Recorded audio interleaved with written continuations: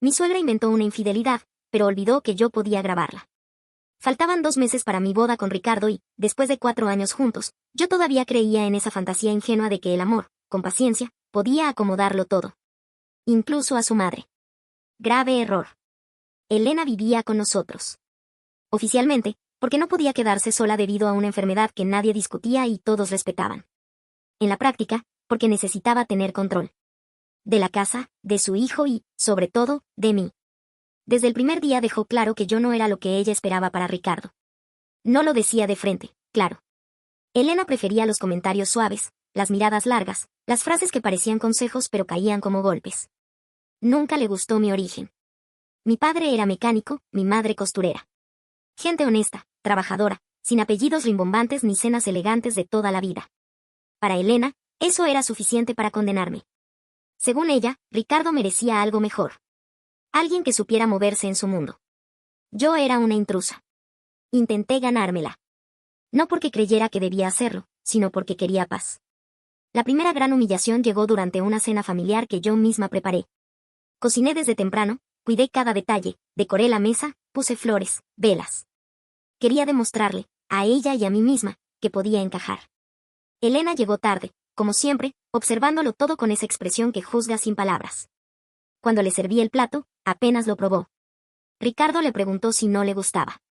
Ella sonrió, dulce, y dijo que no era eso, que el sabor era curioso, que quizás se me había pasado la sal o el aceite. Remató con un no todos nacen para cocinar que hizo reír a varios. Yo me quedé callada. Tragué la humillación mientras ella me miraba, satisfecha. Ricardo intentó defenderme, pero lo hizo con cuidado, como quien pisa vidrio para no molestar. Esa fue la primera vez que entendí algo incómodo, su prioridad seguía siendo no contrariar a su madre. Pensé que sería un episodio aislado. No lo fue. Un par de semanas después, Elena anunció, frente a amigos de la familia, que había desaparecido una cadena de oro de su joyero. Lo dijo sin acusarme directamente, claro. Solo mencionó que la última vez que la había visto fue cuando yo la ayudé a ordenar su closet.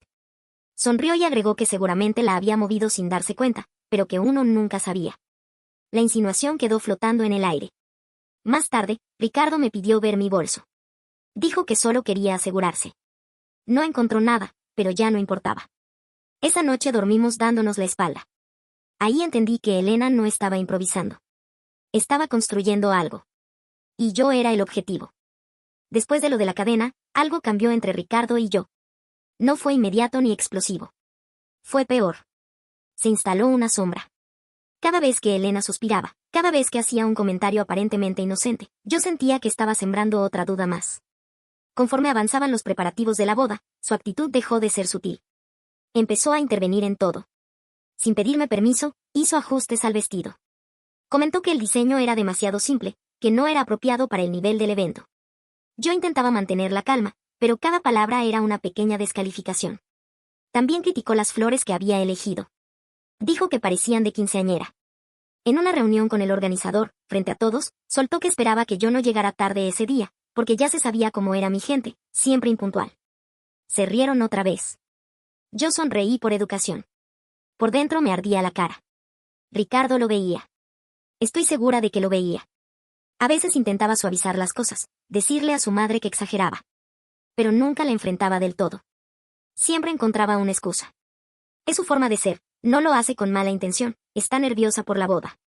Yo me repetía que estaba pasando por alto pequeñas cosas por un bien mayor. Me convencí de que, después de casarnos, todo cambiaría.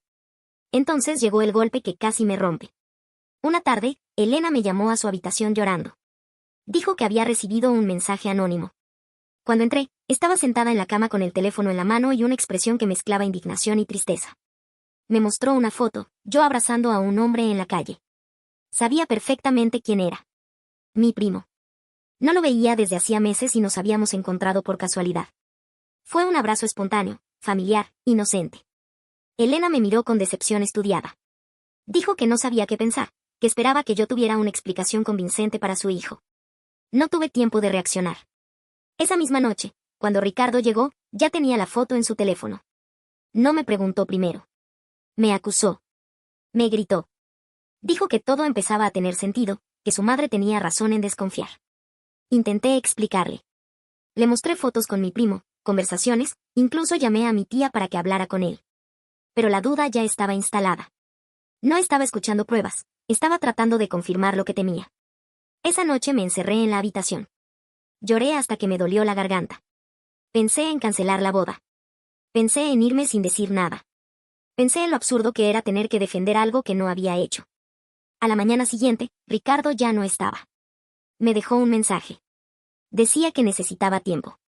Que no podía casarse con alguien en quien no confiaba. Lo leí varias veces. Sentí que el suelo se abría debajo de mí. 4 años reducidos a una frase fría. Más tarde, una amiga en común me contó lo que nadie quería decirme de frente. Elena había pagado a un fotógrafo para seguirme. Para capturar momentos que pudieran interpretarse mal. Para construir una narrativa. No era paranoia. Era un plan. Y lo peor no fue descubrir la trampa. Lo peor fue entender que todos le creyeron. Yo me quedé sola. Sin prometido, sin respaldo, con mi reputación cuestionada y una boda a punto de desmoronarse. Ahí comprendí algo doloroso, no solo estaba perdiendo una relación. Estaba perdiendo la versión de mí que creía que podía soportarlo todo. Y Elena aún no había terminado. Durante días caminé como un fantasma por el departamento. Elena actuaba como si nada hubiera pasado. Seguía con sus rutinas, sus suspiros largos, sus silencios cargados. Yo sabía que, para ella, el daño ya estaba hecho. Ricardo se había ido a pensar, la boda pendía de un hilo y yo estaba sola. Exactamente donde ella quería verme. Pero algo dentro de mí se rompió de otra forma. Ya no era solo tristeza. Era claridad. Entendí que Elena no iba a detenerse porque yo explicara la verdad. No iba a parar porque me viera destruida. Al contrario, eso la fortalecía. Sus armas no eran los gritos, eran las mentiras dichas con calma, la manipulación constante. Necesitaba algo que no pudiera negar. Algo que no dependiera de interpretaciones ni de su talento para hacerse la víctima. Una prueba directa. Irrefutable. Esperé el momento adecuado. Sabía que Ricardo no estaría esa tarde. Elena estaba en la cocina, como siempre, revisando algo que no necesitaba revisión. Antes de enfrentarla, escondí mi teléfono entre un paño de cocina y la tabla, lo dejé cerca, activé la grabadora y respiré hondo. No podía fallar. Entré fingiendo cansancio. Me senté frente a ella y dejé que la voz me temblara. No tuve que forzarlo demasiado. Le dije que ya no sabía qué hacer, que Ricardo dudaba de mí por todo lo que ella le había dicho, que me estaba quedando sin nada. Le pregunté por qué me hacía esto, por qué no quería que fuéramos felices. Elena me miró con una calma inquietante. Sonrió. Y en ese gesto entendí que estaba a punto de escuchar algo que ya no tendría vuelta atrás. Me dijo que no me haría feliz nunca. Que haría lo que fuera necesario para romper la relación. Que yo no estaba a la altura de su hijo. Que no se arrepentía de ninguna mentira. Que inventaría todas las que hicieran falta. Lo dijo sin alzar la voz, con una naturalidad escalofriante. Luego cruzó una línea que me heló la sangre. Me llamó perra. Dijo que me sacaría de la vida de su hijo y que yo no podría hacer nada para evitarlo. Sentí ganas de gritarle, de enfrentarla, de decirle que era una mujer cruel. Pero me contuve. Fingí estar derrotada. Le rogué que entendiera. Dejé que pensara que había ganado. Me levanté despacio y salí de la cocina sin mirarla. Cuando cerré la puerta de mi habitación, me apoyé contra ella y respiré como si acabara de salir de una tormenta. Tenía miedo. Mucho. Pero también tenía algo que no había tenido antes. La verdad, dicha por su propia boca. Esa noche, Ricardo volvió tarde. Tenía los ojos cansados, el cuerpo vencido. Se dejó caer en el sofá sin decir palabra. Yo lo observé desde el pasillo. Sabía que ese momento iba a definirlo todo. Me senté a su lado. Le dije que estaba cansada de defenderme de mentiras. Que necesitaba que escuchara algo. No hice discursos. No lloré. Le di el teléfono. Cuando empezó la grabación, vi cómo se tensaba. La voz de su madre llenó la habitación. Cada palabra caía como un golpe. La confesión. Las mentiras. El desprecio. Ricardo no dijo nada hasta que terminó. Se levantó y caminó hacia la ventana. Permaneció ahí en silencio, mirando la calle, como si su mundo se hubiera resquebrajado en segundos. Cuando habló, fue apenas un susurro. Dijo que no podía creerlo. Que no quería creerlo. Yo no lo interrumpí. Sabía que la imagen de la madre que él había defendido durante años se estaba cayendo frente a él, sin que yo tuviera que decir una sola palabra más. Después de unos minutos, se pasó las manos por el rostro y caminó hacia la habitación de Elena. Yo lo seguí. En silencio. Con el corazón acelerado. Sabiendo que ya no había marcha atrás. Elena estaba sentada en su cama cuando Ricardo abrió la puerta. Tenía una revista en las manos y esa expresión tranquila que siempre usaba cuando quería parecer intocable. Levantó la vista y sonrió, como si la casa no estuviera a punto de fracturarse. Le preguntó si ya había cenado. Dijo que había dejado su sopa favorita en la cocina. La escena era casi absurda. Ricardo no respondió al gesto. Su voz, cuando habló, fue firme, aunque le temblaba apenas. Le pidió que recogiera sus cosas. Que no iba a seguir viviendo con nosotros. Elena primero rió. Pensó que era una exageración, un arrebato. Luego vio el teléfono en su mano. Vio su propia voz convertida en prueba. Y algo en su expresión cambió. Intentó justificarse. Dijo que lo había hecho por él. Que yo lo iba a arruinar. Que era la única que lo amaba de verdad. Pero ya no había espacio para discursos. Ricardo le dijo que la amaba, pero que no podía vivir bajo manipulación constante. Que no podía casarse sabiendo que tendría que proteger a su esposa de su propia madre. Que eso no era vida. Elena perdió la compostura por primera vez. Se levantó de golpe, furiosa. Me miró con un odio tan limpio que casi dolía físicamente. Dijo que yo había ganado, que lo había puesto en su contra. Ricardo la detuvo. Le pidió que no lo obligara a elegir entre su futuro y su veneno. Dijo que esta vez había ido demasiado lejos. El silencio que siguió fue pesado. Elena no lloró. No pidió perdón. No reconoció nada. Solo apretó los labios y aceptó irse, pero lo hizo con orgullo herido, no con arrepentimiento.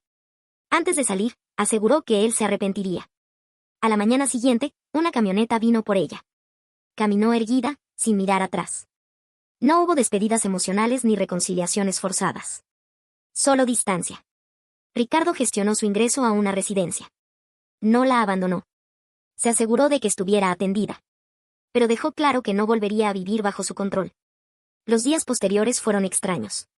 Silenciosos.